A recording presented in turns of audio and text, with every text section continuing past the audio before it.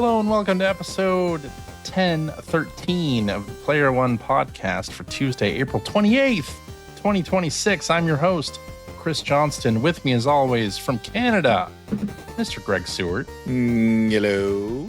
How's it going there, sir? Not bad. Yeah. A busy day. I got my summer tires on today. Pretty exciting. Your summer tires. Yeah. Is that a thing you do? That's not a thing that we do here. But you did in Illinois. No. What? I don't think so. You guys, that wasn't a normal thing to put winter tires on your car? No. Because your winters are worse. I've never done that. Your Illinois winters are worse than ours. Yeah. And like, I get like all season tires. well, yeah, but okay. I mean, and that's what I have on my car, all seasons now. Yeah. But in the winter months, we put winter tires on our cars. I don't think that's a thing here. I'm not surprised it's not a thing there, but I'm very surprised it's not a thing in Illinois. It might be for some people, but my family never did that. I never did that. No, never. Yeah. See, these are the things that just blow my mind. That and the lint trap. I just don't understand. The lint trap.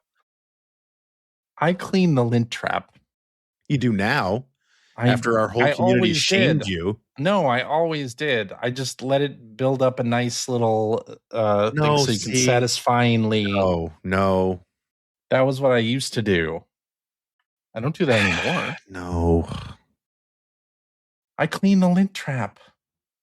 It was all a comedic story for the show, for the entertainment, Greg. I don't believe you. Or it might not have been. But yeah, no winter tires. It's weird. Well, I got mine changed today. So you got your summer tires. What are those like? They're fluorescent. Do they have like a picture of an alligator on them or something? No, nothing like that. No. Oh, how do you know that they're summer tires? What's the difference? They're all seasons. They're not summer tires. They're all seasons. Well, what's the difference? Is the tread. It's not as the tread's not as big basically because it's not made to move snow and, anyway, I don't want to talk about it. I'm just saying, I'm just surprised because when I first started working at Ziff Davis, I moved to I said I moved to Chicago. I moved to the Chicagoland area. Oh, yes. Which encompasses like 4 different states. Yeah. I moved to Lombard. Yeah. Which is where the EGM offices once were, but they were in Oak Brook by the time I moved there. Yeah. Which is like, I don't know if it's the next town over, but it's close. It's the next town over. Yeah. And so I moved there in October. I think I was there. The first weekend I was there was like Halloween weekend, 1999. And I was not prepared for how bad the winter could get there. How icy and snowy, having grown up in a place that has winters, how icy and snowy and how cold it got. Way colder than here. So I'm here too, way shocked. Colder than here, way snowier than here. Yeah. Where I am currently. Yeah. So no, I'm very surprised that you don't that the winter tires aren't a thing. But I wonder if that's a Johnston issue or an Illinois issue. It could have just been my family. Yeah. So I know we have listeners in the Chicago area, the Chicagoland area. Yeah, like Mr. Nelson could tell us, Juanster could tell us as well. So Phil, if you guys are listening, he's listening. Phil's not listening. He might be. Anyway, how was your weekend? Good. Just lots of family stuff. Yeah. Sort of trying to tidy this damn place up, and no more floods. So that was nice. Everything seems to be okay now. How's your utility porch? My porch? Your somebody said I think it was in Discord, or something that's more commonly referred to as a mud room in I've heard that before. Yeah. In the US. I think that was Goki who said that. Yeah, I think so. Yeah, I've heard mud room before too. I don't have a mud room on the porch. So mud room is like just the entryway where you would, put all your shoes and coats. Exactly. Yeah, that's what it is. Yeah. Yeah. Our family's always called it a porch. Okay. So yeah. No, it's fine. And yeah, it's there's still some cleaning to do, but you know, the floor seems to be okay. Everything's dried out. So I Nice. think we're Okay. okay. I think we're okay. Yeah. Well, that's good. Yeah. Yeah. Yeah. So now it's just all about getting prepped for my youngest and I are going to New Brunswick next weekend for her final volleyball tournament of the season. Very nice. Yeah. So I hope I'll be back here in time to record next week. Are you not going to be here? Is that I have to check the schedule to see. I think I will. Like we're only gonna be like 3 hours, a 3 hour drive away. So but I don't know what the schedule is like and if the medal rounds happen, etc. Whenever. But I mean, as long as we're out of there by like 6 p.m. my time, I'll be home in time to record. Okay. So cool. Yeah. Cool. So that was our production meeting for the week. That was it. We know what we're doing next week. So we can just close this episode out. Yeah, I think we're done. I went to the Arts Walk in Olympia. The Arts Walk. Yeah, they do like different themes, and they get groups around town or individuals to like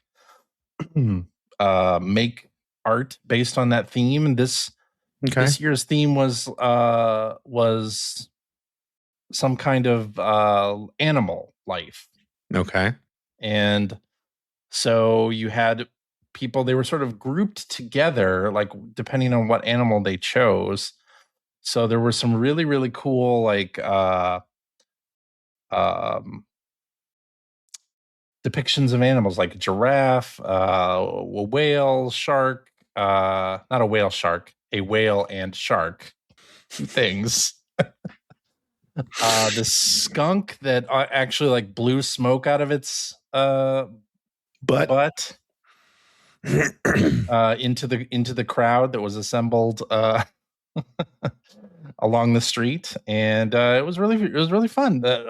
One was like a monarch butterfly that was operated by like 15 or 20 different people, and they like let it rest on one of the trees that was outlining the street. It was cool. It was very cool. Yeah, it was neat.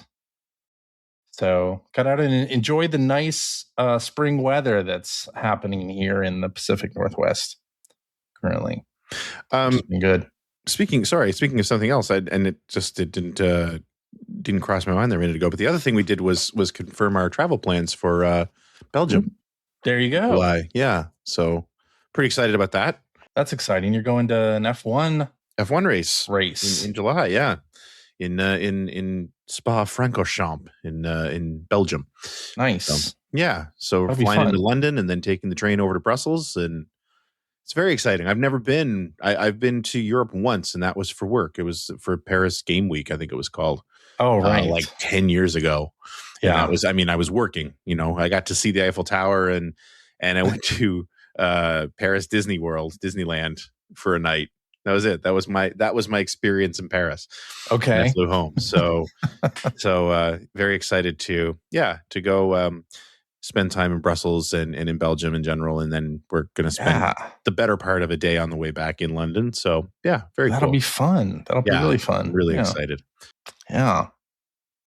Exciting times. Indeed. You're going to need someone to record that weekend.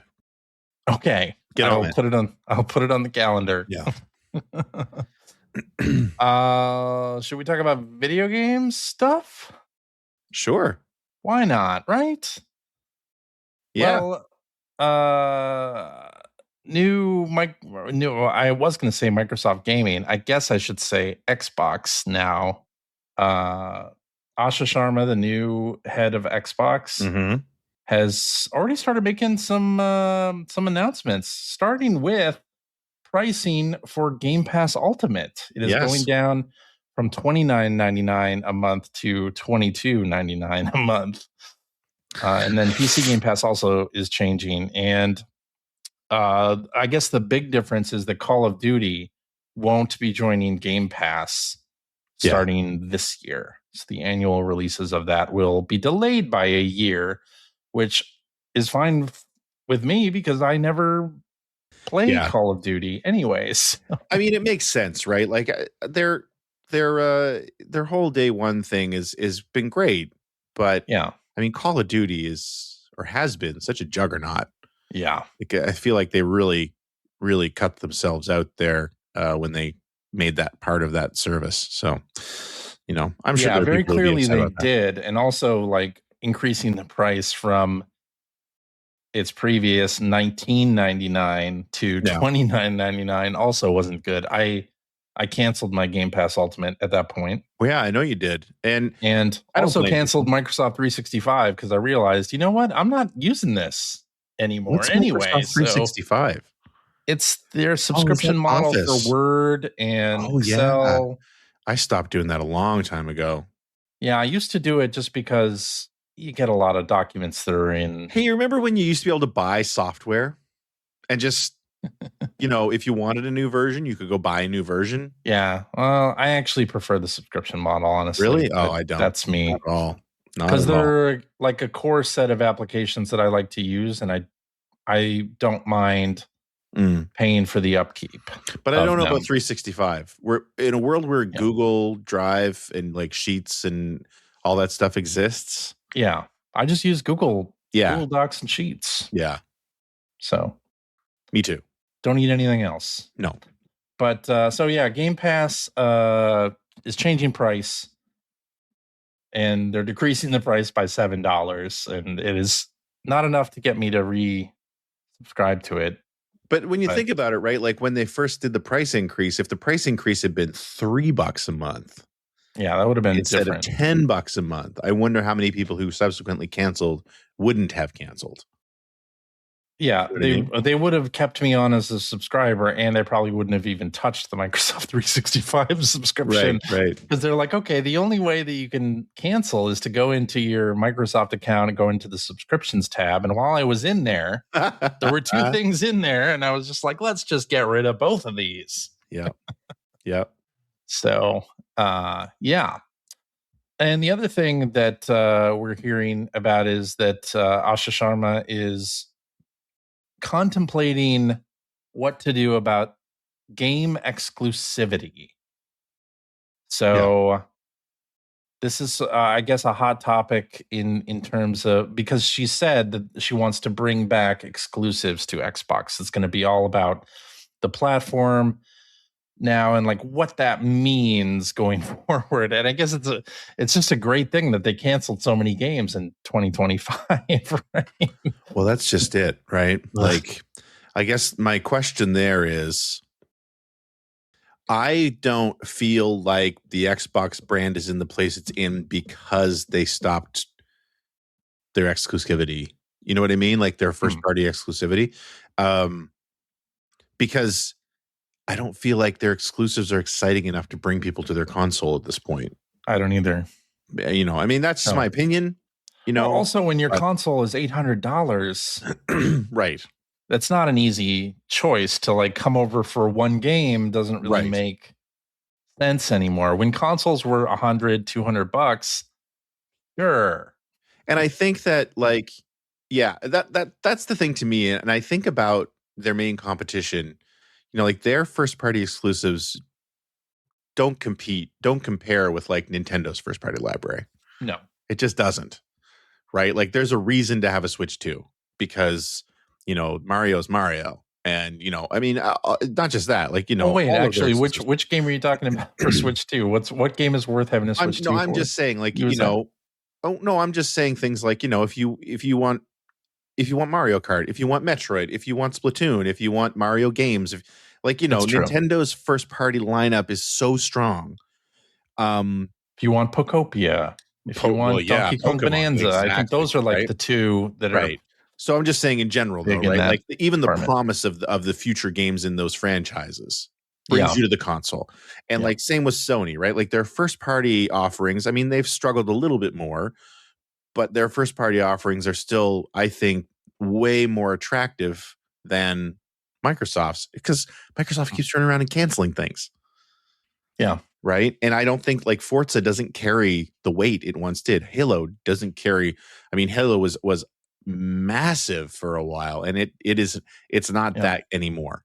Yeah. Right. And then they cut their knees out from under them with Call of Duty by keeping that multi-platform. But they have to. That's part of the deal, isn't it? Because that's the only way they were allowed to buy Activision. Right.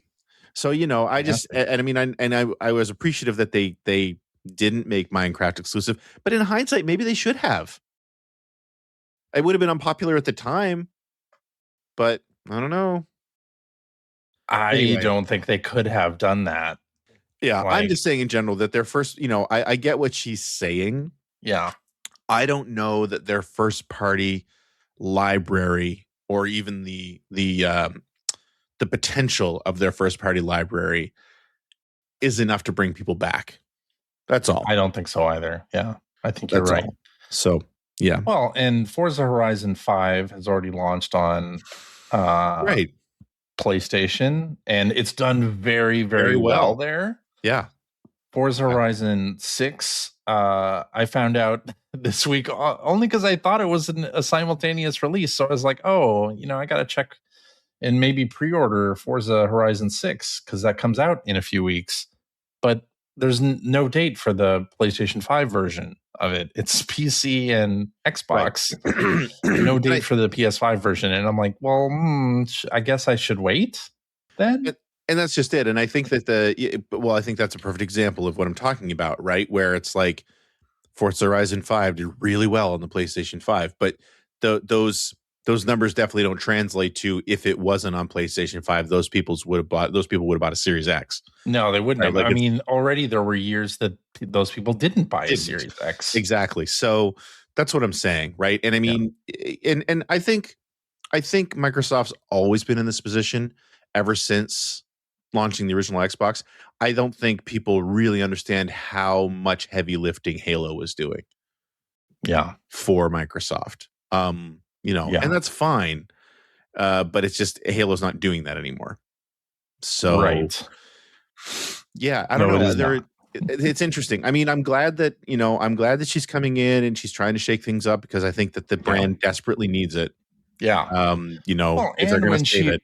When it was announced that she was taking over, it was like, okay, somebody who headed up their AI division is coming over. And it was kind of like I know. Is this the death of Xbox moment? And it seems fairly clear that, okay, it's not, but also where do you go from here where you've already kind of the tipping point has happened. Microsoft has put their names on other platforms now. Exactly. So you can't really claw that back. You can't really put the toothpaste back in the tube now that you've announced a Halo remake coming out in the fall on PS5.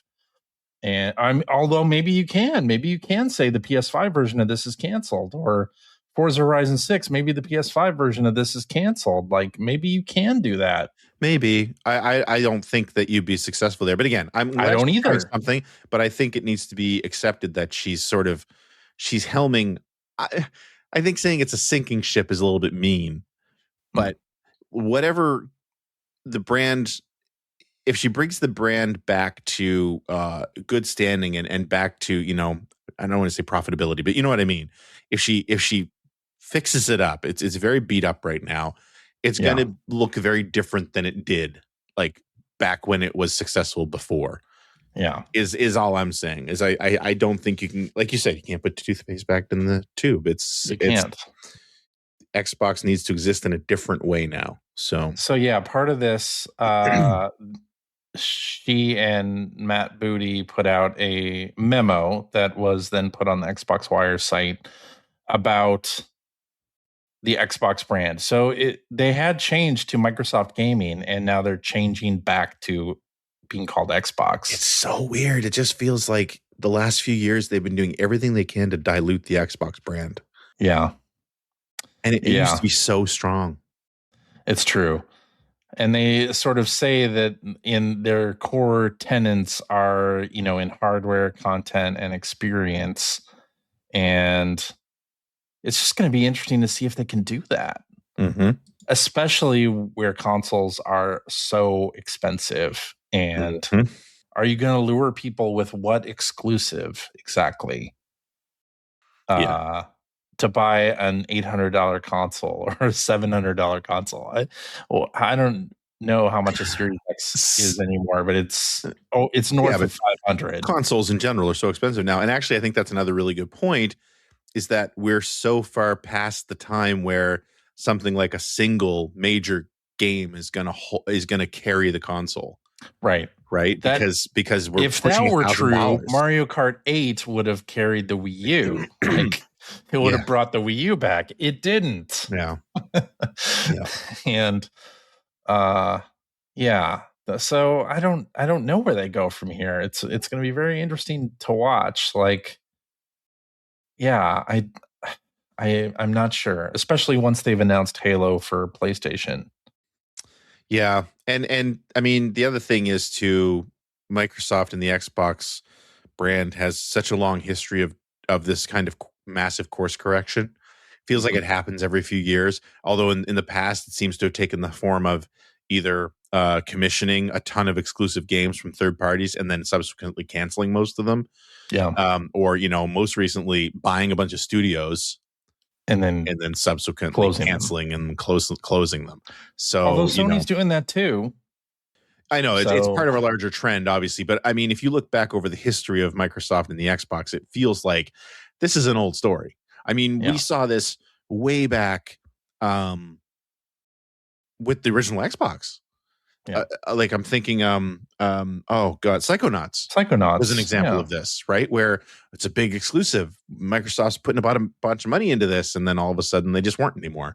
Yeah, and that was part of a whole swath of games that they did that too. Like way 20 years ago, 25 years ago. So and in the last couple of years, they acquired studios to fill Game Pass with content, right? Like Double Fine, like Compulsion Games, like studios that aren't necessarily like system selling level of content. And now what do they do with those studios? Exactly. And it worries me. It worried me when they got bought. Yeah, it worries me too. Yeah. You got to hand it to Double Fine, though. Boy, they are plucky. They've really overcome a lot of adversity, that little studio. They have. It's true. Yeah. Yes, indeed. All right. Let's keep this thing rolling because Nintendo announced a release date for Splatoon Raiders. Are you excited about this? I'm very excited about it. It comes out July 23rd for Switch 2, and it looks like this is, first of all, with this release date trailer, they really bent over backwards to make you aware that this is a single player focused Splatoon game. Mm-hmm. They said it in they faded to black and said it at a point in this trailer. It's like a single player focused Splatoon game. And then on the end card of the trailer, a single player focused Splatoon game. Oh, well, good for them. They don't want to have any confusion. Know. However, this game can be played co-op, of course, with 1 to 4 players online. So it's not a entirely single player focused, but it's not multiplayer required in the same way that Splatoon 1, 2, and 3 have been, even though all of those games have single player campaigns and have had single player focused DLC as well. Mm-hmm. So this to me looks like an evolution of Salmon Run, which has been a part of Splatoon since I think the second one, which is basically like a raid where you are wiping out salmonids, which are like mutated fish across various island locales. And this time you have the help of the band from Splatoon 3. So the 3 characters in the band help you if you play it as a single player. Okay. And it looks like it's like Salmon Run, but single player. And so you're sort of defeating hordes of enemies, and there are bosses involved as well. And, you shoot salmonids and their damage numbers come out. So it's very sort of roguelike-y in approach. I really enjoy Salmon Run. I don't play it a whole lot because I don't want to let the entire team down because I know I'm going to be bad at it. But I think I could have a lot of fun with Splatoon Raiders where it's single player focused, as Nintendo said. So I don't have anybody to let down but myself. I love that. That's the reason you're. That's great. I mean, that's one of the reasons. Yeah, that's great. It's one of the reasons. But it looks like you can customize your weapons and you get new abilities and things. Like they have a sort of area of effect ink power there that they were showing in the trailer, which looks really nice. Some little auto turrets, which also look great. So it is an expansion of what Splatoon's gameplay has been like, whether it's in Salmon Run or the multiplayer modes of it. So I'm pretty excited about it. I am wondering, are these bespoke levels? Are they randomized, procedurally generated? How repeatable is some of this stuff? The menu seems to hint that these are referred to as dungeons in the game. So, what does that mean exactly? I think that'll be interesting to see. So yeah, I'm excited about new Splatoon content. I do need to go back and finish the single player game of Splatoon 3. I've not done that, but I love the Splatoon games in general. I spent so much time playing the first one on Wii U and loved it. Splatoon 2 was one of my favorite games. Splatoon 3, I really enjoy it, but have not not completed the single player campaign yet. So yeah, I'm excited though. That looks great. I'm not a Splatoon guy, but you are not a Splatoon person, and that's fine. But it does look good. It's always looked good. I mean, the Splatoon games always they look really cool, and I understand why people like them so much. But yes, indeed. Well, here's something you will like. Ecco the Dolphin Complete has been announced, containing the first two games and a new contemporary game. Details on that are kind of thin on the ground. Thin in the water. Thin in the water, exactly. And the details of what exactly is included in this collection are a little bit hazy as well, because it says that it's, the complete collection and it'll include Mega Drive and Master System games. But what does that mean for the Game Gear games and for the Mega CD as well? You're right. That there is a lot of questions around this. So I think the one main clear thing that you can pull out of this is that Defender of the Future is definitely not in this collection. Right. That's the Dreamcast and PS2. Game. Right. 3D game. Which doesn't surprise me because Ed Annunziata, who was the original producer, creator, really, the idea, is heading up this team. And he had nothing to do with that game. Right.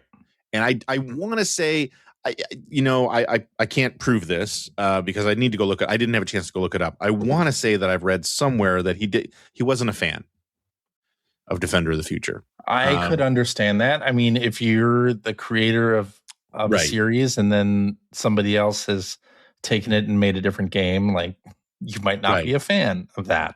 Right. I get it. But the fact that they keep calling out 8-bit in here makes me think that, because I know for sure the first game had a Game Gear version. Maybe even Echo 2 had a Game Gear, and there were Master System versions of those games too, although I believe they were only released in the UK or Brazil or something like that. But so where they're calling it a collection, I'm really curious. I'll say it would be a real shame if the Sega CD versions did not get included. Yeah, I agree. Because they are what I would call the most complete versions of those games. And which the gorgeous soundtracks as well. So apart from the soundtracks, did they have any extra content? Was there? Yeah, they did. They did? Okay. I'll back that up. The first one did for sure. So there's a level in the first game called the Library. where in the original cartridge version, it's where all the lore is, basically, right? Because there's a whole, the Ecco games have quite a backstory.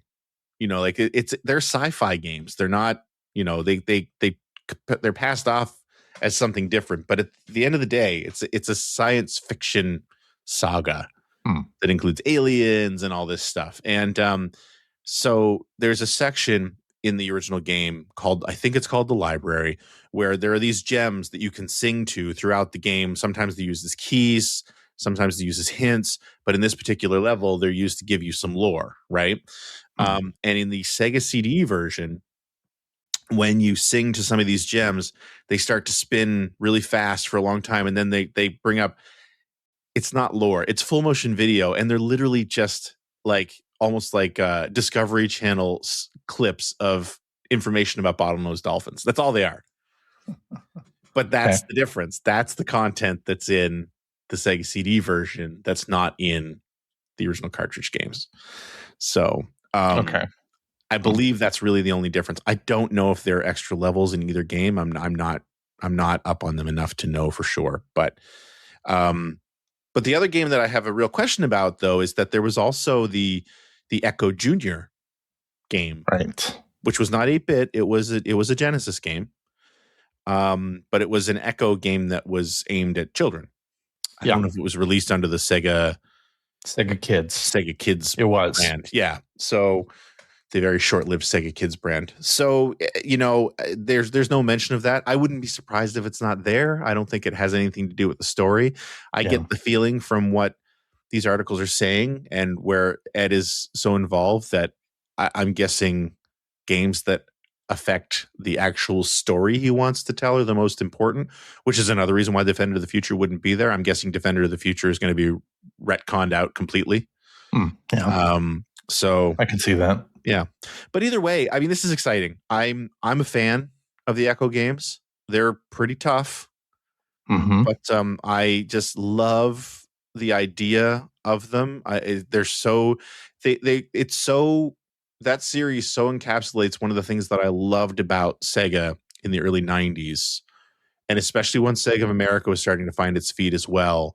Just really interesting outside the box games. Yeah. Right. You could love them or hate them, but they were at least different. And you weren't seeing anything like that on the Super Nintendo at the time. So I have a real soft spot in my heart for the Ecco games. And I have finished the first, actually I finished all 3 Ecco games, mainline Ecco games. At different points. Yeah. Okay. Defender of the Future was hard. Well, you and I reviewed Defender of the Future. I reviewed it, yeah. Anyway. I can't remember if it was the Dreamcast version or the PS2 version, but it was the Dreamcast version. Yeah. I remember because I was on the review with you. Yeah. But anyway, yeah. So I'm excited that this is happening for sure. I'm excited that there's going to be a new game and that it's a chunk of the original team that's going to be behind the new game. I'm definitely going to grab this when it comes out. But I do hope that Ecco Junior finds a way into the collection as well. I mean, that would be cool. And I'm interested to see, like, also, I mean, the new game is the most exciting part of this, obviously, but I'm also interested to see what this collection is going to be like, because Digital Eclipse has raised the bar so high for these classic game collections now. I feel like there's going to be no way this comes close to something that Digital Eclipse would do, but we'll see. Yeah. Who knows? No. Who knows? Well, staying on the Sega front, they announced a No Old Stay Gold initiative for the Sega universe. It's a transmedia sort of initiative aimed at bringing its old IP to other mediums.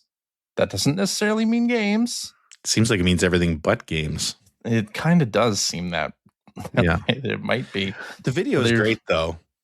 What's that? The video is great, though. There are so many little Easter eggs all throughout that video. Yeah, it is kind of cool. Yeah. The little logos and all the hardware in the background and things.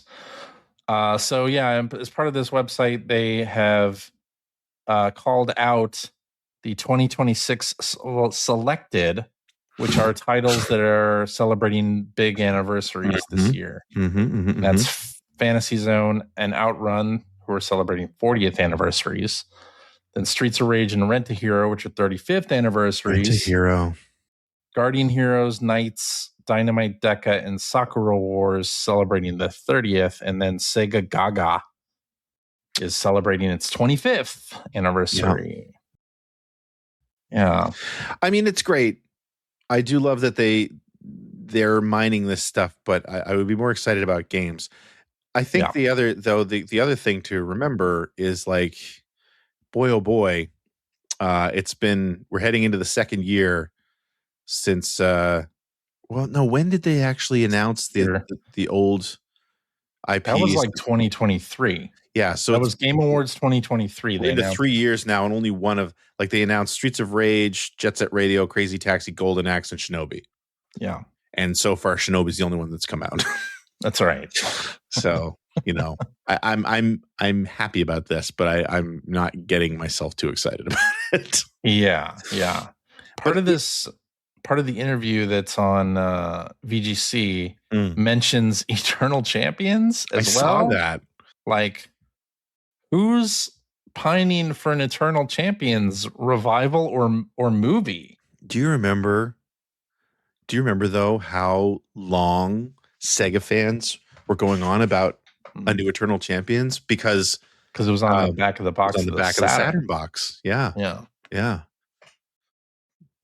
And not to say it's not a cool idea for a game. It was a cool idea for a game. I didn't love Eternal Champions. No, me neither, to be honest, but I can see how people would have nostalgia for it.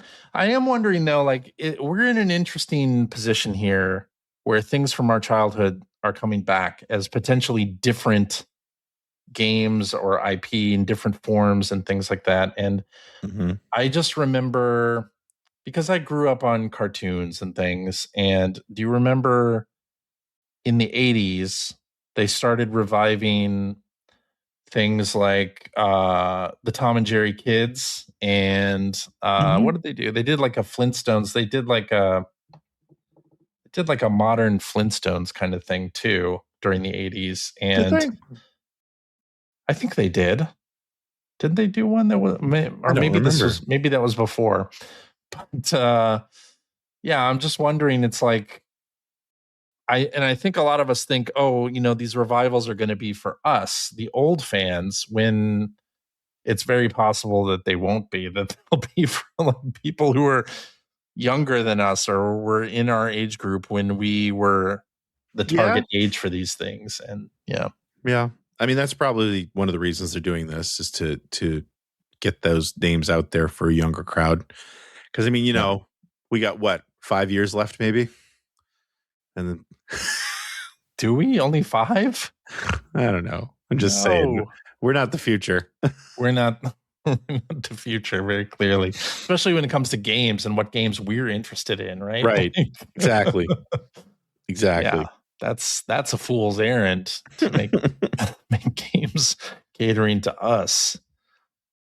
But speaking of that, Assassin's Creed Black Flag Resynced. Oh, there it is. This is the game that made CJ's love of pirates so obvious. Yeah, it's true. This one comes out on July 9th. Are you going to play it?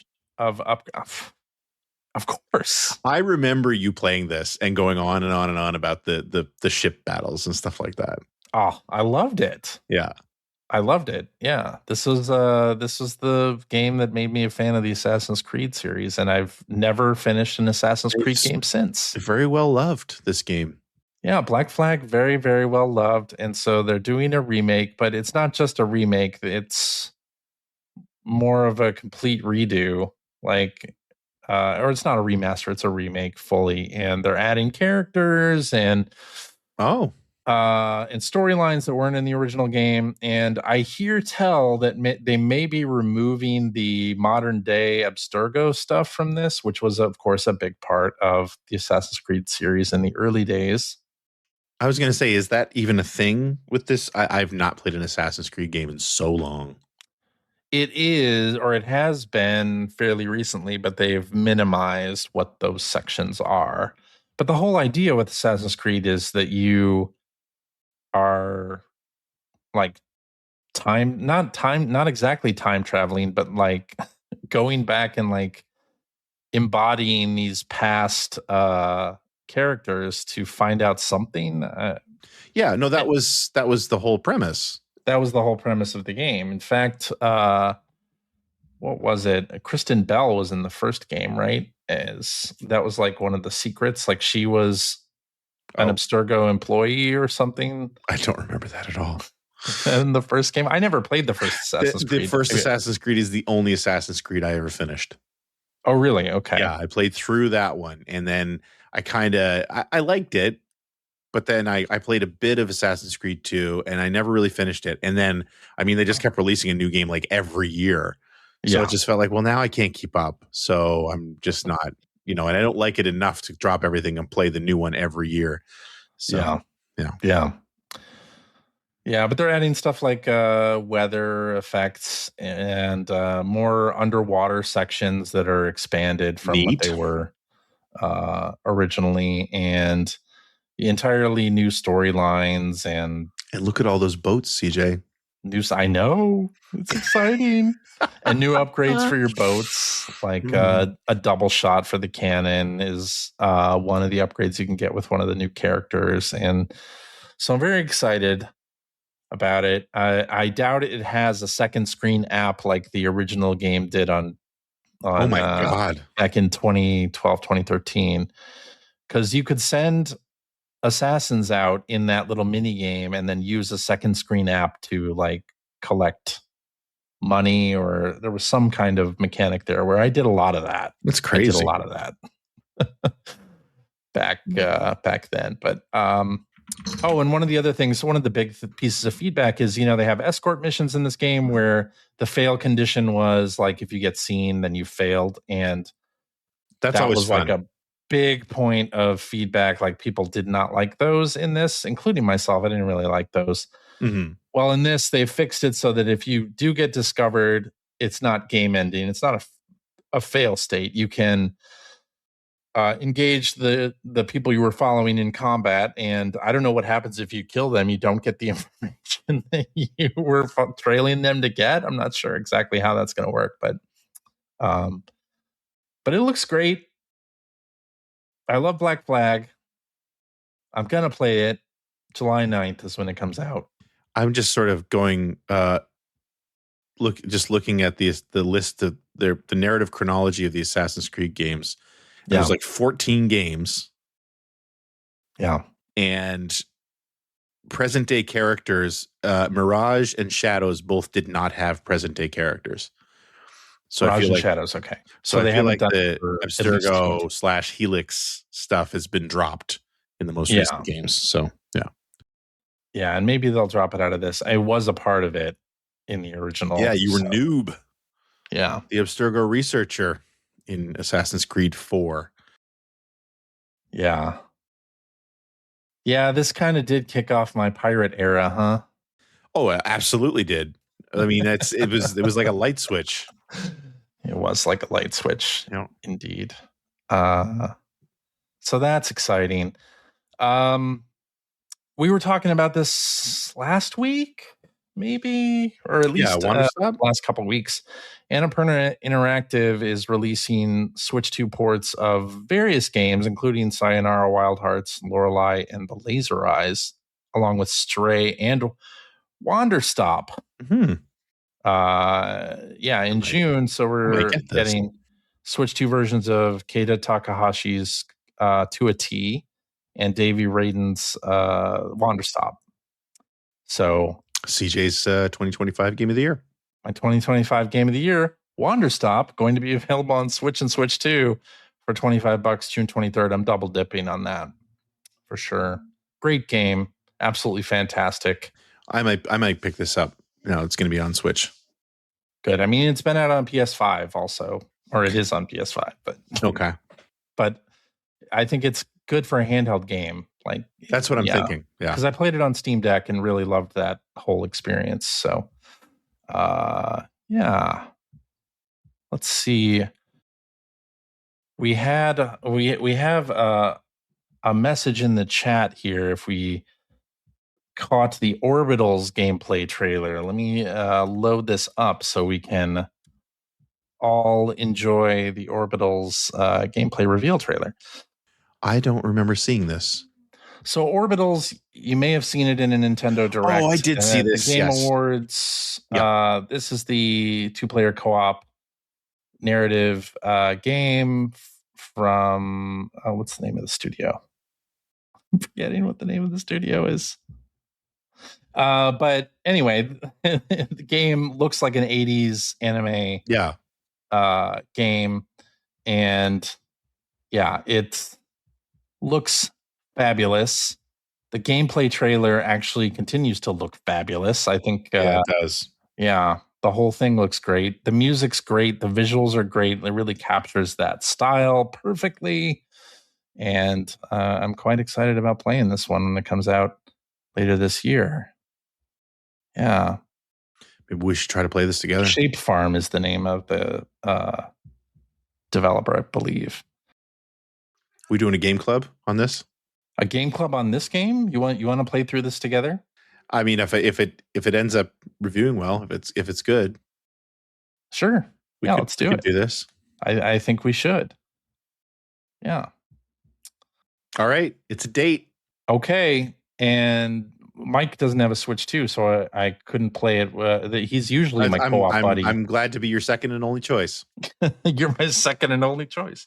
I played through Split Fiction with Mike, and yeah, you can keep that. What, you didn't like Split Fiction? I never played it. I disliked It Takes Two so much I didn't even bother playing Split Fiction. Oh, Split Fiction's really good. I don't care. It Takes Two, I don't know. I hated It Takes Two. Yeah.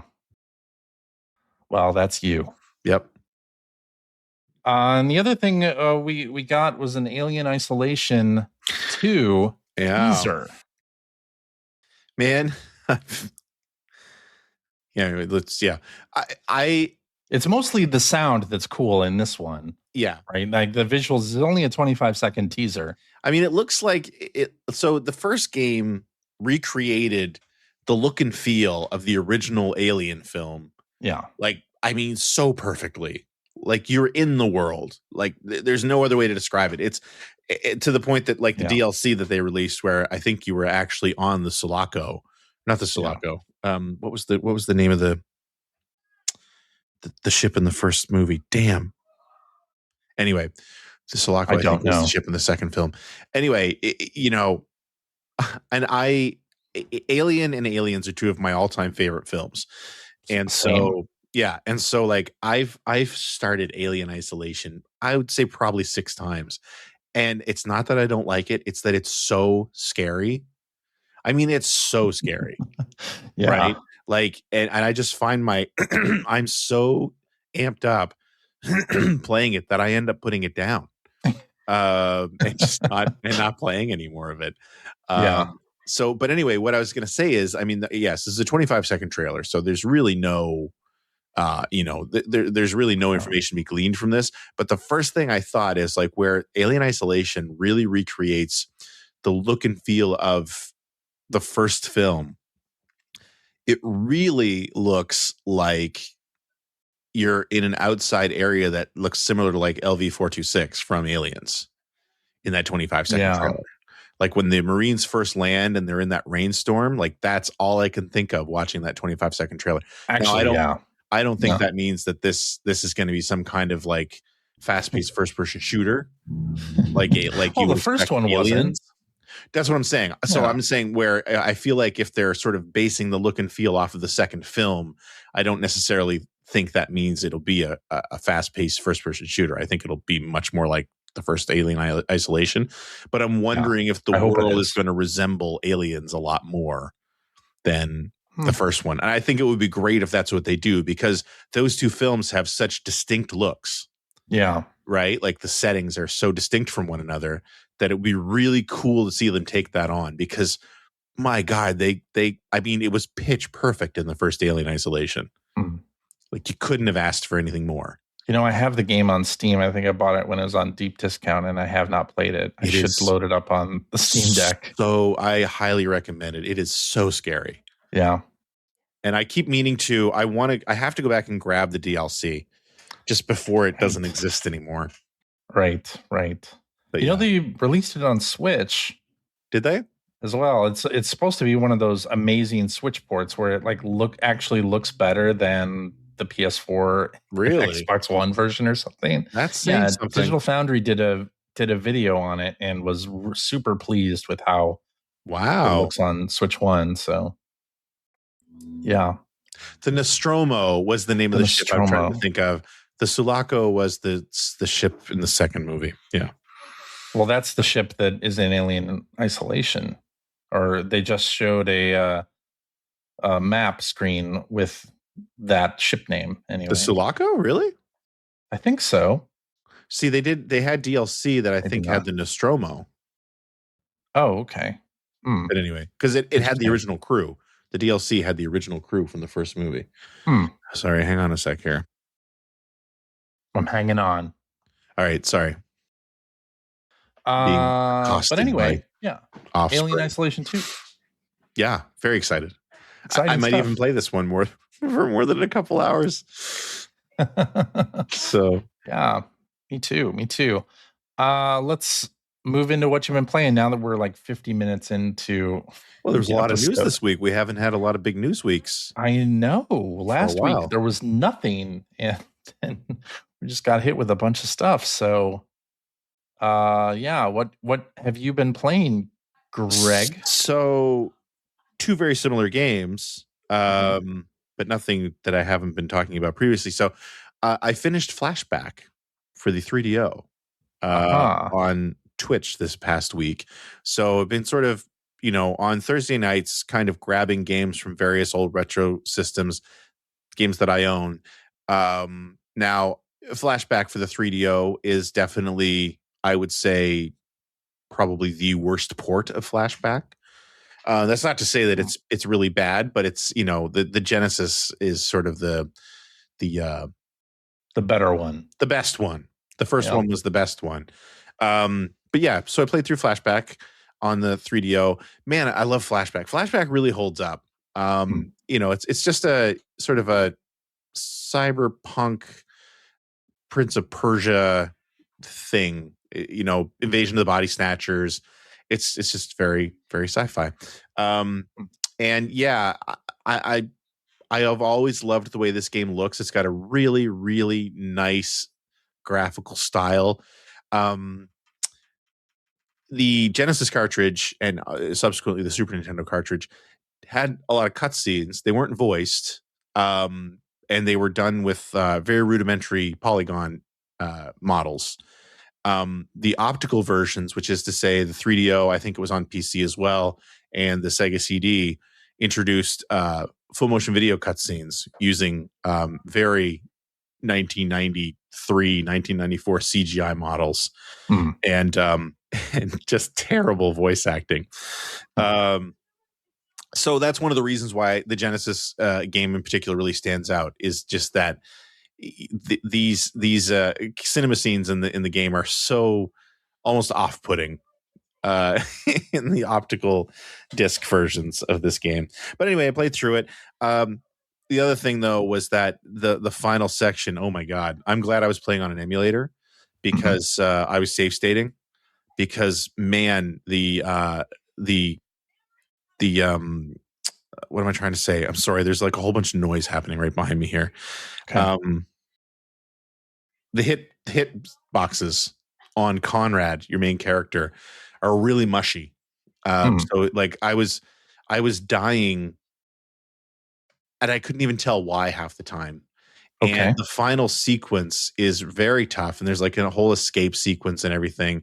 And the game has a pretty draconian save system built into it.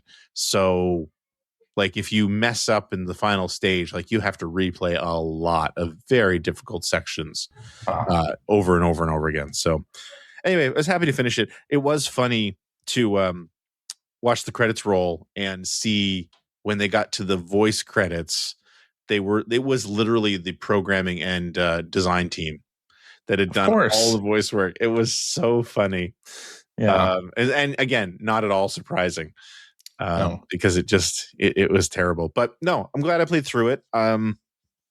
It is an all-time favorite of mine, and it was nice to go back because I don't think I've replayed that game probably for almost 30 years.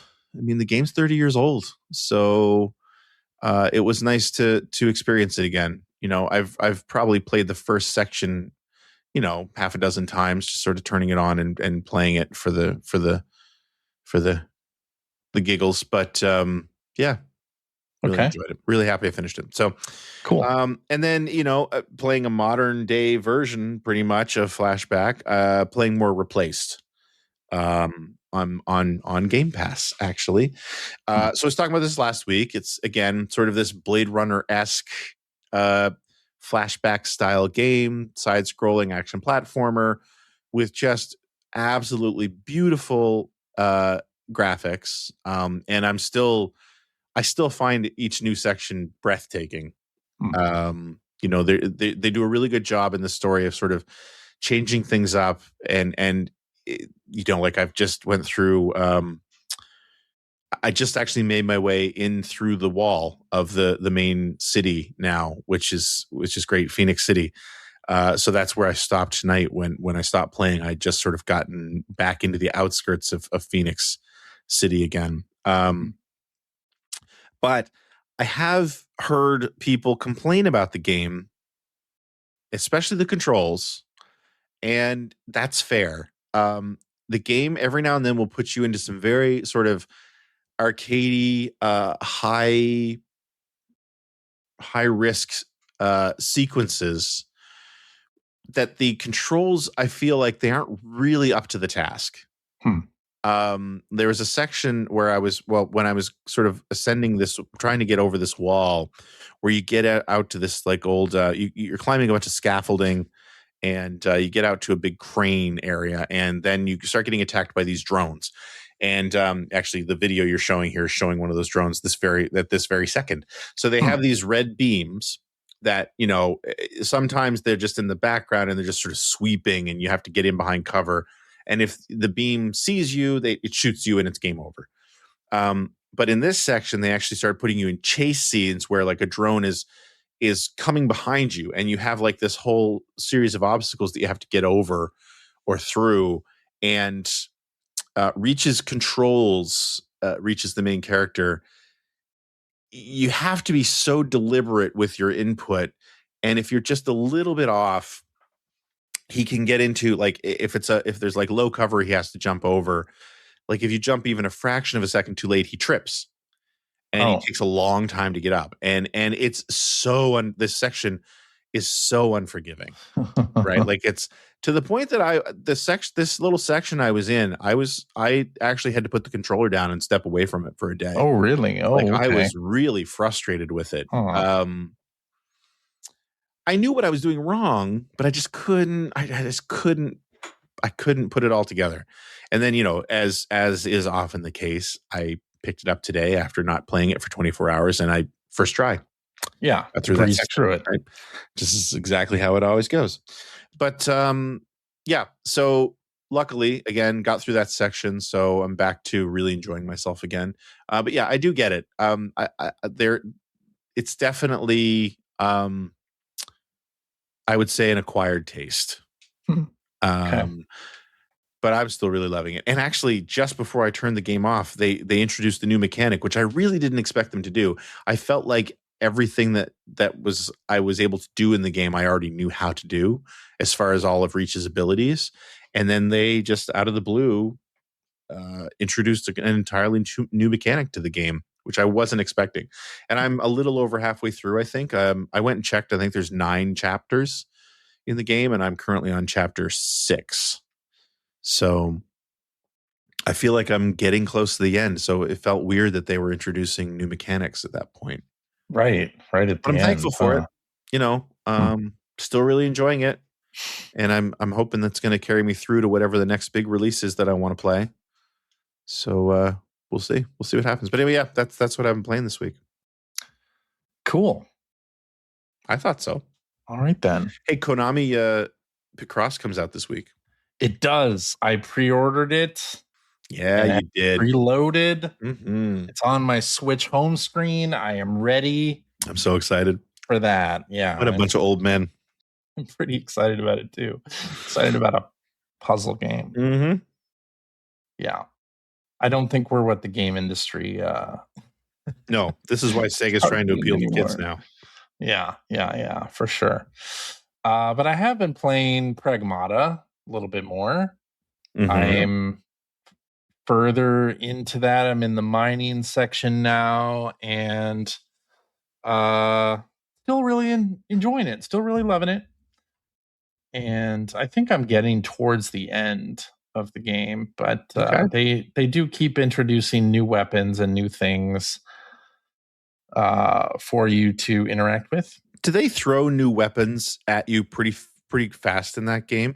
Because I felt like in the demo they were doing it even, right? Where it's like, man, I feel like I just got this weapon and you've just given me a new one. Like, yeah, they do it very frequently. Yes. Yeah. And then you can decide from the shelter, which is sort of the hub area you go to every so often, you can decide which ones you want to bring with you from the beginning. Okay. Pick up along the way. But yeah, they're very generous, at least on the difficulty that I'm playing. They're very generous with weapons and new weapons and everything.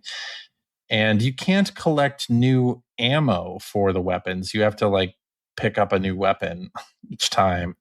Oh, really? So they're empty them and then you just drop them? Yeah. Or if you can swap them with the you can swap them for a version of the weapon that has more ammo than you currently have, and then you drop the low ammo version on the ground. Okay. Yeah. Interesting. It's a great game, and I'm still enjoying it quite a bit. So yeah. I'm close enough to the end, I guess. But I also played the Bubsy 4D demo. Yeah. So what is this? I saw this on your list. I didn't know this was a thing. You didn't know that Bubsy 4D was a thing? I mean, I might have, but then I forgot about it. Well, yeah, they are making. So Atari bought the license for Bubsy, and then they released a demo for Steam Next Fest, and then they released it now on all of the consoles. And that is frightening. It's being done by Fabraz, who's an indie dev that does a lot of 3D platform games and very well received indie platform games. So this is, I guess, Bubsy in the hands of a decent game developer for the genre. And there are references to the fact that Bubsy, wore only a t-shirt with the exclamation mark on it. And he does say something about tank controls in this and how bad tank controls are because Bubsy 3D had tank controls, and it was an early 3D platformer when nobody knew how to make a 3D platformer. So this obviously doesn't do that. It uses modern 3D platformer controls. And the little demo area, it was very good. Like, it was a good 3D platformer. I'm kind of interested. Yeah, what happens when somebody makes a good Bubsy game? Like, that's a pretty interesting take on things. I mean, wasn't the first Bubsy game good? I was told the first Bubsy game was good. I haven't really played. I don't think it was good. I haven't really played the first Bubsy game. Yeah. So I'm not sure, but it is on NSO. So I could go back and play it. Yeah, don't. Yeah. Maybe I won't. But I don't think I'll end up buying it, but I thought it was interesting. I think they should be contractually obligated to send it to you. You are the world's leading expert on Bubsy 3D. So no, I am definitely not. You wrote the quote. I wrote the quote that's on the front of some of the PS1 boxes. Yeah.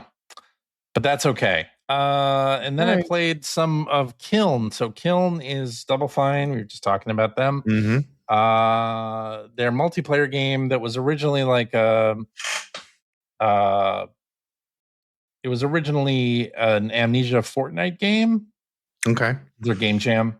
Yep. Amnesia Fortnite is their game jam. I still have a DVD collection of that Amnesia Fortnite stuff. Documentary. Yeah. So basically, you make pottery in this game. So there's a pottery wheel you can actually like get up to and customize your vessels, I guess, and then your object is to collect water and then try to put out the opponent's kiln. That's the sort of gameplay loop of it. It's multiplayer matches 4-on-4. You have to douse the enemy kiln 3 times, and then a winner is determined from that. Okay. And I had played it on PC. My PC cannot run it. It was running at 10 frames a second, so it was unplayable during the beta. But I bought it on PS5 in part because I love Double Fine and I'll support anything that they do. And so I played a few rounds of it and lost pretty handily the first time. And then my team won a game, the second game. So unfortunately, though, matchmaking took a long time. It was an over 2-minute wait each time to get into a game, which I don't know what that says for. It's a long time. That's kind of a long time, yeah. And it is a Game Pass game, so everybody in the lobby was on Xbox. I was the only PS user. So as long as it's on Game Pass, I mean, maybe it'll have a sort of built-in audience. I hope that it does, because it is a fun little game. It's not like anything seriously competitive, which I actually prefer. Like, I don't want me too. A competitive game that's too damn serious. I want one that's just like go in, have fun, or lose a whole bunch and then turn it off, right? So that kind of seems like what this is. I didn't see a toggle for turning off voice chat. I don't even know if there was voice chat in it. I didn't hear any, but I was glad that I didn't hear any because I don't want to hear any voice chat in this game or pretty much any other multiplayer game, unless I'm playing with people that I know, and then I do want to hear it. Sure. But yeah, it's a fun little game, and they've got some post-launch content coming up. Unfortunately, like some of the pots and things that you can make are level locked. Okay. So you have to progress in the game to get some things, which sort of sucks. And there's no skill-based matchmaking in this game, so it's very likely that your first game you're gonna lose because your vessel's not going to be very big and you don't know what you're doing. So it seems kind of like a bad thing. Like a problem. It seems like a problem. Plus, I couldn't find a way. I'm playing on PlayStation, and usually with cross-platform multiplayer games, you have a way to invite people who are on other platforms. I didn't see a way to do that, which is a little concerning.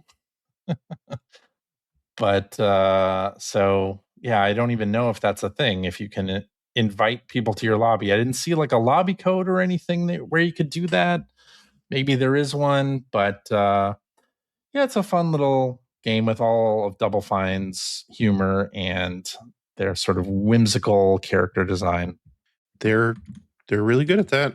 They are very good at it, yeah. And so I played some Vampire Crawlers this week. Yeah, so what is this? Yeah, Vampire Crawlers is from the developers of Vampire Survivors. Sorry. And it is a dungeon crawling deck builder game. Okay. So the idea is that you have various zones, which I don't know if they are randomly generated, like procedurally, or if they're the same all the time. I think the enemy placement is definitely different each time. But so you collect cards, power them up. You have a sort of combo stack where playing things in the order of mana cost gives you a bonus on the damage that you do. And that's the game. basically. And like Vampire Survivors, things can get crazy. You can power up cards, to a incredible degree where things are going absolutely nuts. I haven't really gotten to that point yet. But I've seen videos. I mean, that was in the original trailer. They showed like you having 10 cards and playing them all and just, ravaging enemies. But yeah, it's a first-person dungeon crawling game. So you have a little mini map at the bottom of the screen, and you can determine which way you go. And there are chests and like bonus things you can pick up along the way. And it's pretty fun. It's like one of those games.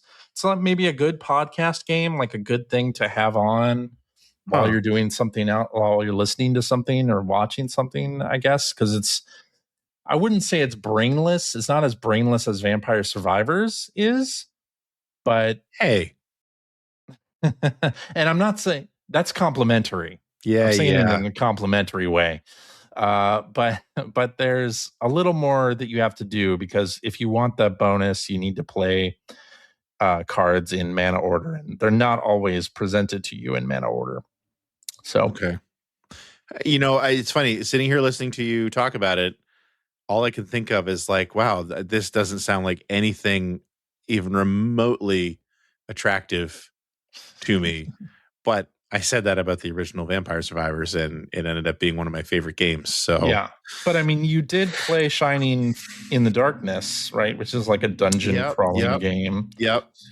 And okay, I don't like deck building either, but I loved Balatro, so that's also true. And honestly, I don't even see where the deck building part of it comes into play, because yes, I'm collecting cards and they're each run and they're put in my arsenal, but I don't know that I'm like making a deck. I'm gonna have to get this on a next run. It is only $10. Oh, is it? Oh, well, then I'm definitely gonna grab it. So, I mean, Vampire Survivors was what, less than $5? Yeah, like $5. This is 10, and it seems to scratch a similar itch as Vampire Survivors with a little more strategy involved in things. And I mean, it still has that sort of lo-fi look, but okay. Yeah, so this is on Switch 2? Fun. It's on everything. It's on Switch 2. Everything? Yeah, that's where I bought it. I bought it on Switch 2. And it's on PlayStation? Yes, I'm pretty sure it's on everything. Yeah. I might have to grab this for that's the thing. Going on the little short road trip this weekend. I mean, I'm going to have some downtime, so that's why I'm excited about Konami Picross. But maybe I should. Yeah, I should grab this too. You should grab this too. Yeah, maybe go between them. Yeah, and I also played a bunch of Windrose. Which is what's the Windrose? Pirate. It's the pirate game. Well, this is the one you were talking about last week. Yes, right? I was talking about this last week. Yeah. Okay. And where you select a pirate and you build. God. It's a base building, sort of environmental survival crafting, which are things that I absolutely hate. But it's pirates, so I also kind of like it. And that's how that goes. I'm trying to find out. So one of the games that we had been talking about that I think we were all excited about at the time, the He-Man. The He-Man game comes out this week. I think it was delayed. What? I think it was delayed. Oh. But I don't know if that's the thing. I don't know if there's a new release date. Oh. Maybe they're going to release it closer to the movie? I wouldn't wait too long because that game looked really good. It did. Let's coming soon. Yeah. On Steam. Yeah. And I know this was in my calendar. That's just it. And I've been kind of looking at a calendar while we've been talking, and I don't see it. I don't see it anymore. Well, that Terminator game got delayed at least once. Yeah. So maybe this is a similar situation. Yeah. Mina the Hollower went gold. Oh, did it finally? It's gone gold. Cool. That's another game that I definitely want to play. So they put out a tweet. They said it's gone gold, and now it's up to the platform certification loop, which of course is coming out on multiple platforms, and all of them have different lengths of time that it takes to get through Yeah. that in multiple territories. I don't miss usually. And we're going into Summer Game Fest season where it's about to get real noisy with game announcements and things. So I'm really wondering like what they're going to do with this. And also you need a cycle where you can, properly set up PR and reviews with press outlets. So I wonder how they're going to handle that whole thing. Like, yeah, I wouldn't want to be in their position.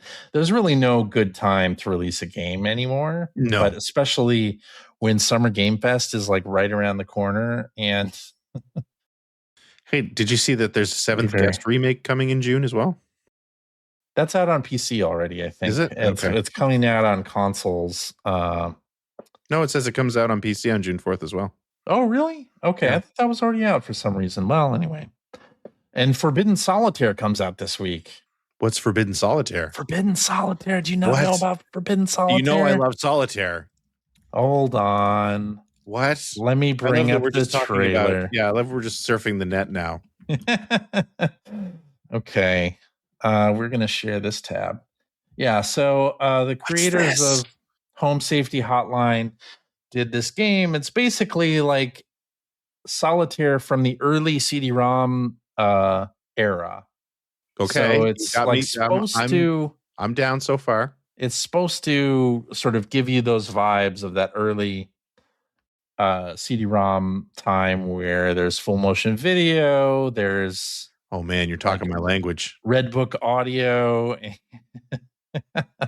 that whole thing. So yeah, it comes out pretty soon. Yeah, it's from the creators of Ancient Enemy and Home Safety Hotline. A card-slashing horror game about unearthing the contents of a cryptic 1995 CD-ROM that should never have existed. Yes. I love it. That's exactly it. Yeah. Oh my God. I am absolutely playing this too. Okay. So now I know what I'm playing for the next few weeks. between this, possibly Vampire and Picross. Yeah. Yeah. I think this is coming out on PC first. I don't know that they've announced a console version, but bust out the Steam Deck. There was a demo of this during Steam Next Fest, and it got a lot of positive comments. So I love Solitaire also. So I think I'm going to pick this up as well, just from the look and the vibes of it. Yeah, yeah. Where it's like, even this release date trailer, they've got the jewel case. Forbidden Solitaire. That's great. Yeah, I think this is going to be real good. April 30th. April 30th. Wow. Okay. Yeah. All right. I got to head off to Steam and check and wish list that thing. Yeah, I've got it wish listed, and I'm ready to go on that. I'm hoping that the devs are very successful with that, because their Home Safety Hotline game was also very interesting. I never played that. Yeah, I didn't either, but I thought the premise of it was cool. Where you were a switchboard operator at the Home Safety Hotline, and people would call you saying that they like hammered their thumb into the wall or something, and you had to help them. Okay. Anyway. Very interesting stuff. And I guess that's it for all what we've been playing. I guess it's time to head to Blue Skies. Blue skies. Blue skies. I see. All right. Getting pretty good at that. What? I'm getting pretty good at that. You are getting pretty good at that. Yeah. Thank you for that. Let's do at least one. Yeah. There's a couple interesting ones there on the outline. Do you want to pick one? You pick one. I mean, I liked the first two you have out. Let's do the first two you've got on here. Yeah. One's all pretty right, lengthy, let's do it. Listener Shane has emailed us a rare email. We don't have a voicemail line anymore. Because we don't. No. All right. So they say, greetings, CJ and Greg. I was so bummed about Phil's departure from the podcast, though you guys are still great, of course, that I decided to go all the way back to episode 1 and listen from the beginning. Oh my God. It's been really fun to hear what you guys were like 20 years ago and all the ways you've changed and stayed the same. Yeah. I took a long break from video games from the PS1 era until basically the late PS4 era, so it's interesting to hear about all the video game stuff I missed. My question is this. It's been surprising / hilarious to hear the 2007 P1P team talk so much about achievements. Nearly everything you played then gets related to achievements. You guys talked about playing stuff you didn't like just to get certain achievements, and it seemed like a huge concern in general. I don't hear people talk hardly at all about achievements now, and you guys never mention it anymore. Someone who missed this whole thing and only half notices when an achievement pops up when I'm playing a modern game, it just seems so strange. When did you stop caring about achievements as part of your gaming habits? Looking at them in retrospect, what are your thoughts on achievements, what they added or took away from gaming, etc.? Thanks in advance, guys. Keep up the great stuff. You guys are my favorite podcast. Oh, thank you, Shane. It's really interesting, right? Because I remember being super excited about achievements, and I think the thing that you need to be aware of is, of course, that it didn't exist up until the 360, right? Like, it was a totally new thing. It sounds silly to say that now, but it's true. Yeah. And there was just, I mean, it was all about that little dopamine hit where your achievement popped. But the other thing too was that it's interesting to also think about how much smaller the game industry was and the gaming the hobby was back then, because people weren't playing on mobile phones back then, and you still had a pretty good separation of console exclusives happening. And like there was a little bit of the monoculture still happening in video games, I'd say, at that point. And so it was exciting to just sort of jump on to see what your friends were getting achievements in, what games they were getting achievements in. And you could so easily compare sort of where you were based on achievements. And when the 360 first came out, I feel like as a friend group, and I think a lot of people went through this, where we were just sort of migrating from one game to the next, but like in unison. Yeah. And that definitely did happen. And I mean, the achievements too, the other thing that was really great about them was, and I think of Dead Rising is a great example of this, where if you wanted to either sift through the names of the achievements, or again, maybe your friend unlocked an achievement and you were comparing them and you didn't. And there was that one in particular in Dead Rising where it was killing how many zombies, CJ? Do you remember the number? Population of Willamette. That's what it was. And you look at it and go, how in the world do I do that? Right. But it sort of forced you to figure it out. You know what I mean? Yeah. Or forced you to think about things a little bit differently. So that was one of the things that I loved about achievements in the early days, was that if you kind of looked at them, if they were well written and if they were well designed, it kind of made you look in the little nooks and crannies of your games and say, oh wait, like I don't totally get how I would do what this is saying, so I want to figure that out. Yeah. But now they've just become rote. Now every game has them, and generally, yes. I mean, I do still look at achievements or trophy lists if it's a game that I have really enjoyed playing and I want to get absolutely everything out of it. Like, the Astrobot game that came out. Yeah, I mean, I did it with a Ratchet and Clank, the most recent Ratchet and Clank game. And I went Ratchet and Clank again just to get the final trophies. Yeah, where it's like, man, this game is really good and I'm enjoying playing it. And yes, I'm done with it, but what else have I potentially missed, or what else could I do in this game? Like, I find it still appealing from that aspect, but I don't go in and like compare my progress, although I did recently do that with Pragmata and Phil. Oh, really? Nice. Because Phil's playing Pragmata as well. And I wanted to know like where he was in the game. And you can tell from the from the trophy list. And you can kind of see like, okay, where he's played up to versus me. I still like that aspect of trophies and achievements. Although I think on PlayStation anyway, they have different stats now that you can compare yourself to friends with. Right. But I find now, I do check it every now and then. I didn't mean to make it sound like they're boring now, but I think it's just because they've been around for 20 years. Yeah, it's no longer the carrot on a stick that they used to be for us. Right. Because also we were competing on gamer score. Yes, that was a big Right. thing. That was the big thing for you and me, But especially. then weirdos like Mike Phillips had like ridiculous gamer scores, and it's like, well, I'm never going to compete with his hundreds of thousands of points. So yeah, so we just stopped caring at a certain point. One thing I will say though is that I do still find them fun.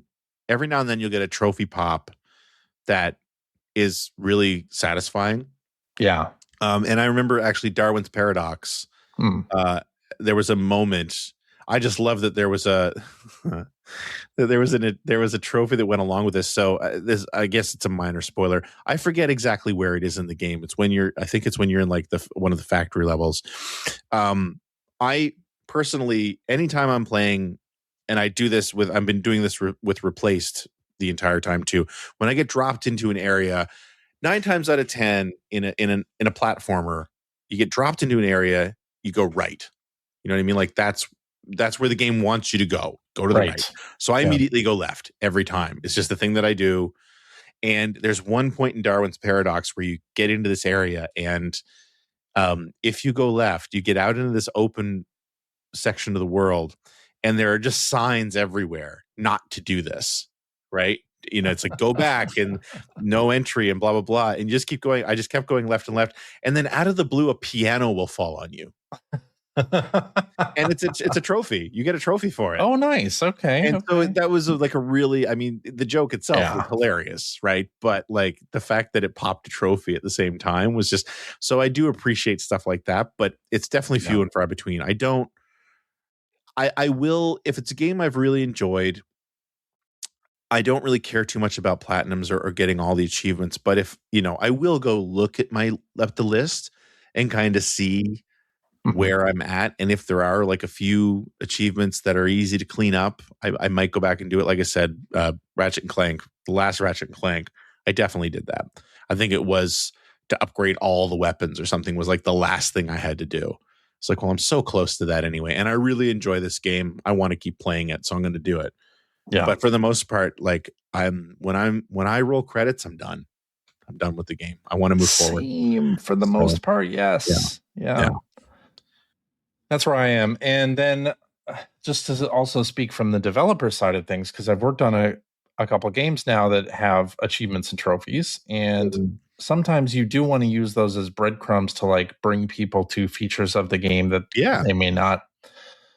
that people may not look at or play otherwise. And I think on PlayStation, you can see this as a regular user. You can see like the percentage of people who have gotten certain trophies. And even on Xbox, I think they do this too. Yep. Where there are rare achievements. Yeah, they get like a diamond icon when it pops up, which is like playing Replaced, because it clearly not a lot of people are playing through Replaced. Almost every achievement I unlock is a diamond achievement. Right. Well, actually with Replaced, because it's a Game Pass game, you then have a lot of people downloading it and maybe playing it for a few minutes. You're right. And so that means any achievement later in the game is going to be a diamond because it's going to be a low number of people who get that far. Yeah. That's just how it's going to be. And as a developer, you can go into the back end, and most platforms have analytics that you can look at to see like what people are, how people That's have a good point.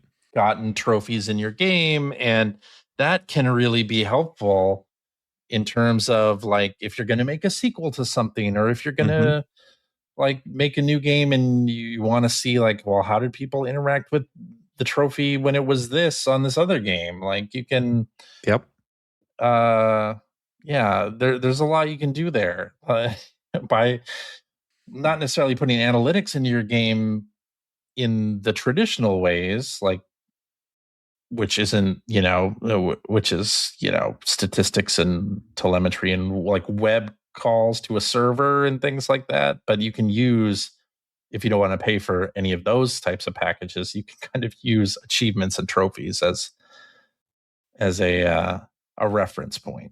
Yep. That's a good point. Yeah. And you can also look at how other games do things, and because now, like we were saying, like on Xbox and PlayStation, they give you the percentage of the people who have X trophy. If you're making a game in a certain genre, you can like look at, okay, well, what did this company do? What did that company do? Like, yeah, it's good stuff. Anyway, we went down a rabbit hole with that. We did. I kind of thought we would. So I thought we would too. Huh. Let's do this one from Hacker Alias. Well, our good friend Mike Nelson from the Chicagoland area, who says, I never played VHS board games back in the day, but my oldest brother picked up an Action Max and its tapes for dirt cheap at KB Toys when it was on clearance. Did you ever play VHS games? Did you? Yeah, we may have talked about this like 10 years ago, so it's worth talking about it again now. I did play a VCR, not a VCR board game, but I played the Clue VCR mystery game. That was, I think, by far the most popular of those games. Most popular one. Yeah. And you can still see it on YouTube, which every so often I go to YouTube and watch clips from that just because I remember it so well. But we never really played like a full game of Clue. That was my experience with VHS board games. Yeah. And so, yeah, we're talking about VHS board games, and I feel like Mike's asking more about things like the Action Max, which those were board games. They were light gun games. Light gun games, like Captain Power. The Action Max was a VCR game system. It was that was like light gun. Yeah. And so, yeah, like Captain Power videos or something. Yeah, I remember playing Captain Power. I remember having the Captain Power toys. Yeah. But no, yeah, I had a friend who had the Nightmare board game, which was where the was it the gatekeeper or anyway, there was like a guy who would basically, there's a big timer on screen, but there was this like big evil dude that would come roaring onto the screen at various points and change the rules or get one player to talk to him and do something special. And like I think it was a 1 hour game, and as the game progressed, like he got more and more terrifying. And yeah, like I had friends who had Clue, and we actually had Rich Little's Charades. Oh, really? We had a copy of it, but I don't ever remember finishing any games of these ever. Me neither. Right? Yeah. But it's, you know what? The whole reason I wanted to ask this is because this is something that I covered pretty extensively in my Pioneer Laser Active Generation 16 video from a few years back, because I find the VHS video game stuff so fascinating. Yeah. It's such an interesting time. It's a very 90s thing. Yes. And like for that video, I actually got on a phone interview with Hi Conrad, who wrote the Clue VCR mystery game. He wrote the script. Really? Yeah. Oh my gosh. So I chatted with him about that stuff too, which was pretty fascinating. So it's really neat. And I recommend going down that rabbit hole because it's such a thing that just doesn't exist anymore. Yeah. Right. But it was big business for a while. Like really big business for a while. It was. There'd be a section of the board game section of Toys R Us that would have like a bunch of VCR or VHS games. Yeah. Clue, and there was a football one, and I have the football one. Acclaim released the football one. Oh, really? Yeah, I actually have a copy of it in my closet. But yeah, like the Action Max stuff, there were 3 or 4 different VCR consoles. And Action Max was probably the most famous one, but they were almost all of them were light gun based. Yeah. But they were like there were games that were based on like Afterburner. There was an Afterburner VHS game where it's literally just footage of someone playing Afterburner, but they added targets that you could shoot at. It's amazing. It's really neat, man. Like it's definitely worth going and just learning about and watching some. And I highly recommend my video about the Laser Active because I talk about them pretty extensively in the middle of that video. So yeah, there's a documentary. Very cool. On is there really? Yeah, I guess. Cool. Yeah. I might have to watch this. Yeah. It's such a time capsule. It is a time capsule. Did I tell you my dad found the receipt for our first VCR? Wow. Recently. How much was it? Do you remember? It was like $500, I think. Yeah. It was expensive. They were expensive. Yeah, it had a remote that was attached by a wire. Yep. I remember that. So good. Yeah. See, that's the thing I'm talking about, right? Like every now and then I have that conversation. I have conversations about that stuff with my kids because, I mean, and they don't even need to be kids now. I mean, adults now didn't experience stuff like that at all. Like how important it was, what a game changer it was to have a VCR. Yeah. Right. Oh my God, it was such to be able to record your television shows. Yeah. And watch them whenever you wanted. Like that was huge. Watch them again. Did you have a VCR Plus? Or do you know what a VCR Plus is? I remember that term, but I don't remember. VCR Plus in like your TV guide or your newspaper listings. Oh, I don't think we had that here.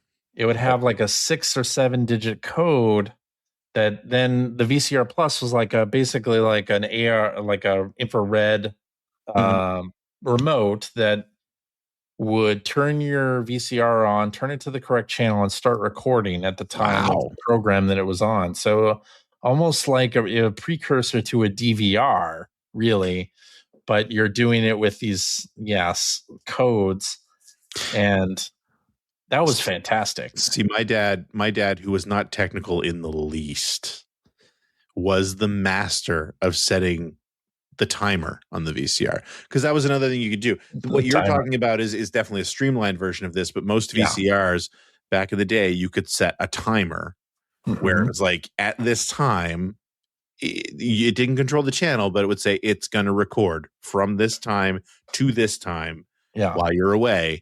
And we did that a lot because we were in the summer. A lot of the times we were away on the weekends for races and things like that. And my dad wanted to record the NASCAR race or wanted to record the hockey game. And so he was, he understood the VCR inside and out. He was the master of that stuff.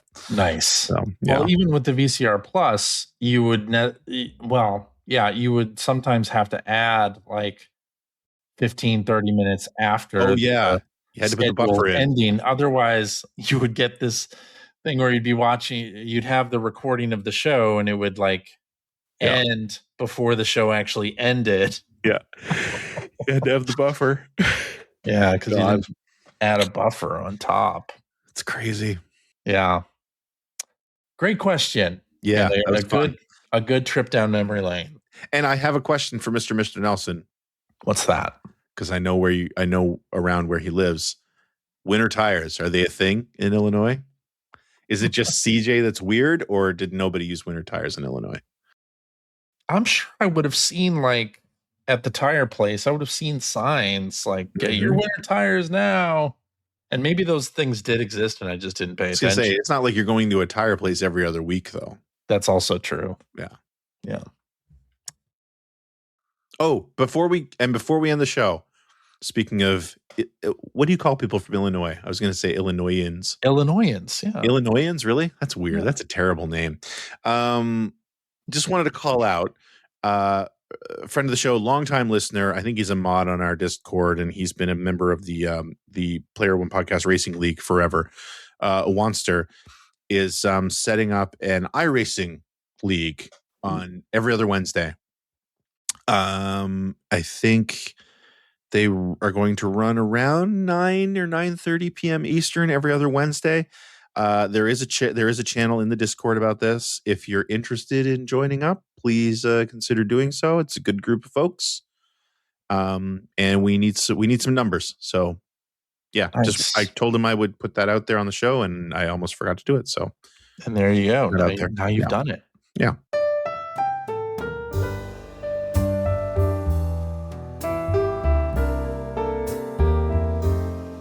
Alrighty, and that is our show for this week. Thank you very much for listening. If you have a question for us or would like to comment on something you heard, you can direct that to @P1Podcast on the Blue Sky, or you can go to our internet website at player1podcast.com. There you'll find our contact information, and you'll find show notes and links to all the things that we talked about on this very episode and every episode.